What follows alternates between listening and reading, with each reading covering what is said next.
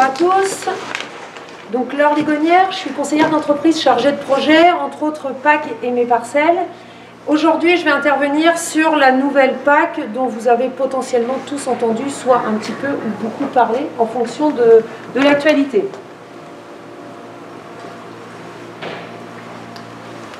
Je vous ai remis un descriptif de ce que vous connaissez sur la gauche, les aides couplées, le paiement vert, le paiement redistributif sur les 52 premiers hectares et le paiement de base. Ça, c'est quelque chose que vous avez manié au quotidien. 2023, 1er janvier 2023, vous prenez seulement la partie de droite où vous pouvez constater qu'il y a quand même des modifications.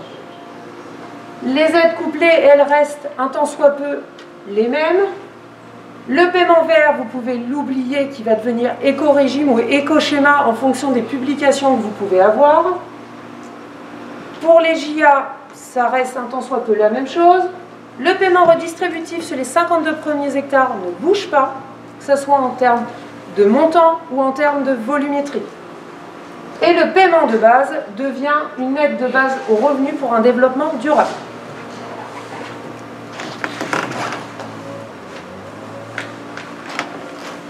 Concernant la nouvelle PAC, donc c'est pas une réforme, mais bien une nouvelle PAC, vous pourrez le voir, on a quand même des modules qui changent et qui vont être nouveaux en termes de calcul. Ce tableau-là, vous pouvez l'avoir vu, entendu, par rapport au mode de calcul de l'éco-régime. Contrairement au paiement vert actuel, c'est quelque chose qui est volontaire. Vous avez 3 voies d'accès pour accéder à cet éco-régime. La partie pratique agricole, qui va reprendre la diversité culturelle, la partie certification, HVO bio, et les IAE, infrastructures agroécologiques, ex-SIE.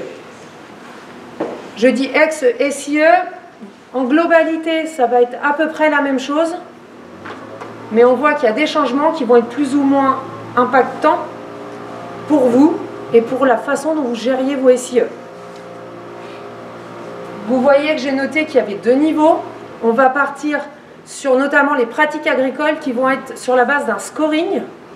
En fonction du scoring, vous allez pouvoir atteindre le niveau 1, puis le niveau 2. Les montants retenus au niveau français, le niveau 1 est à 54 € par hectare, le niveau 2, 76 € à l'hectare.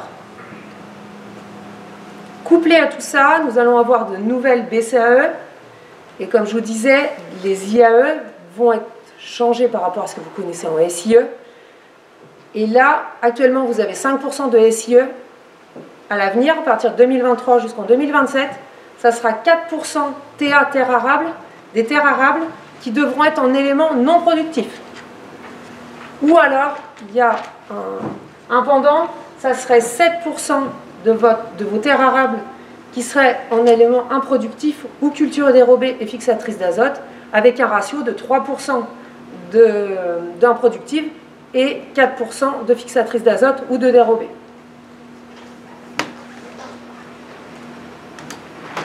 Concrètement, pour que ça vous paraisse plus concret, je vous ai mis un exemple pour vous montrer après les différentes simulations que j'ai pu réaliser sur le département avec tout type d'assolement qui peut vous concerner et qui va vous concerner à l'avenir.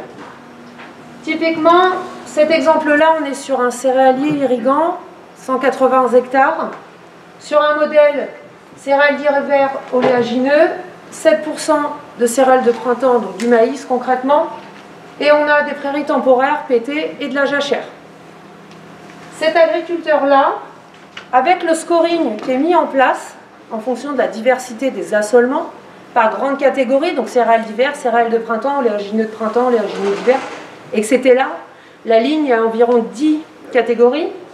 C'est un agriculteur qui ne va pas matcher du tout au niveau 1, soit une perte totale de l'éco-régime, et soit un déficit de moins 12 000 € sur l'exploitation à la nouvelle PAC s'il n'y a pas de changement sur son assolement.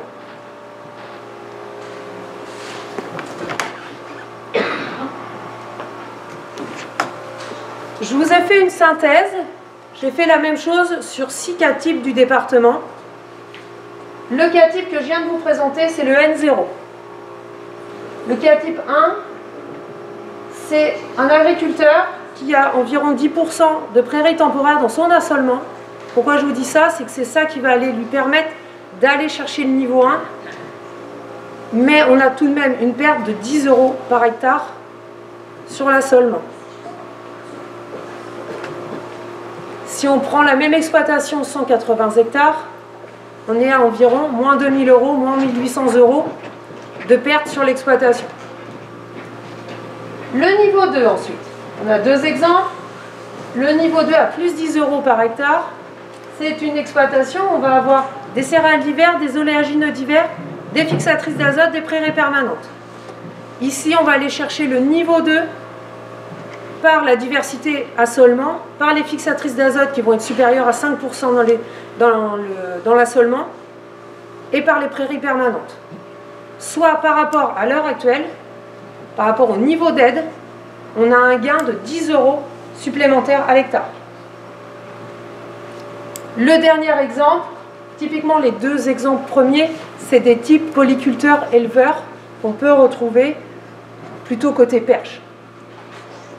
On a un gain par la diversité des assolements, tout comme l'exemple que je viens de vous présenter. On n'a pas de prairies, mais on a des diversités par les céréales d'hiver, les céréales de printemps, l'oléagineux, les fixatrices d'azote, et tout ça dans de multiples proportions.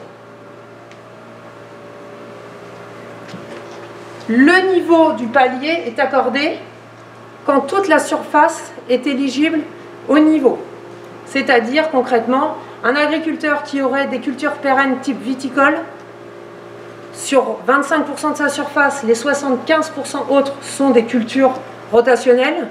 Il faut qu'absolument que, aussi bien le côté viticole par l'enherbement interrang, sur cette partie-là, soit matché au niveau 2, ainsi que le côté grande culture qui matche au niveau 2.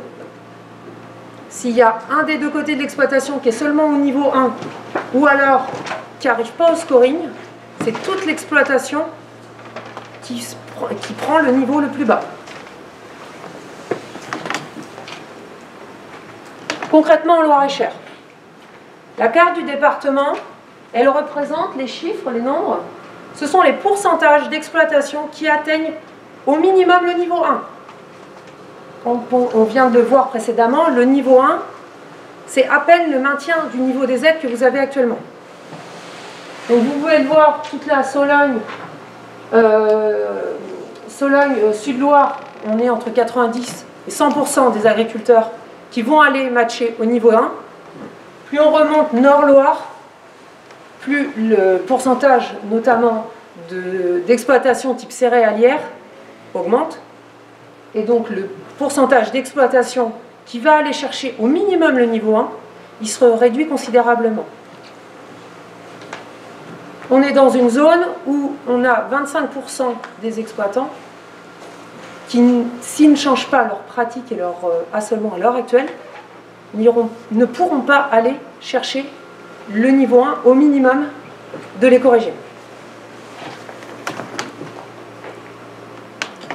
Je fais un petit aparté concernant les aides bovines qui ont également une grosse restructuration par rapport à ce que les éleveurs peuvent connaître à l'heure actuelle.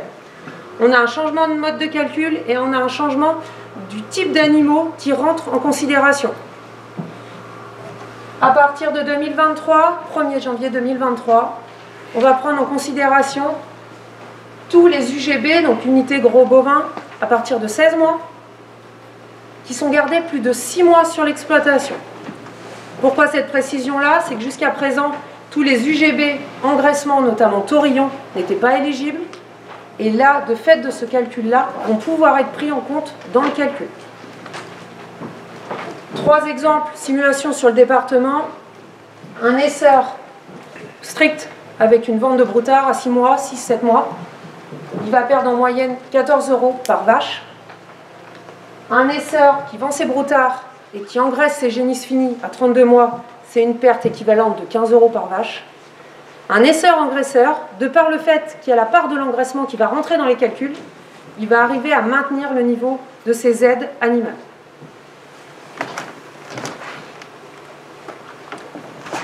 Face à tout ça, il y a bien évidemment des leviers, des pistes possibles pour que le niveau et le maintien de votre niveau d'aide soit là.